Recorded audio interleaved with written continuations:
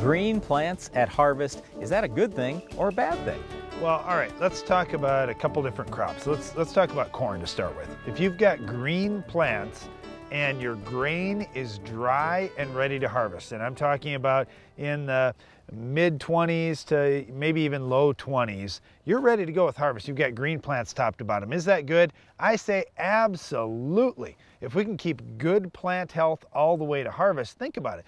We're still catching sunlight. Until we black layer, we're still feeding those kernels. So that means we fed the kernels all the way up until black layer. That's fantastic. We added as many nutrients to that kernel as we can, and I would suggest you're going to see a big impact on test weight and yield if you can keep your corn green that long. All right, now I want to take the other side. I want no green plants at harvest for harvest ease. I don't care if it's corn, it's soybeans, whatever crop it is. You and I both know if there is nothing green out in that field, the combine runs a lot easier. So I'd like to have top yields, Darren, with brown plants in the fall, not green plants in the fall. Well, here's the thing. What we're striving for is better plant health throughout the season. We want those leaves to be perfectly green, no spots of disease, no insect feeding, nothing like that. And we want to have great canopy all through the season too to hold down the weed pressure. And we'll talk about one of those weeds. You want to stop in our weed of the week here coming up in just a minute. But you think about that. I like green plants, Brian. I really do. And I want to have good plant health. I think that's extremely important with our plants.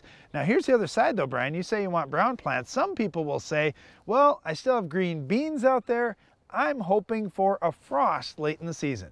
Yeah, and I hate that. I mean, quite frankly, we want that plant to naturally die, not die from anything else. I really don't like desiccation unless I have to. I don't like frost unless we have to have it. So I'd rather have everything finished green. And so realistically, yes, I'm talking about, oh, I'd love to have harvest ease, but at the end of the day, you don't cash in harvest ease. What you cash in is the total number of bushels and the grain quality. And just from the way it appears to us, plants are greener later in the season when we have a healthier crop. So I think it's something we're all going to have to learn to live with.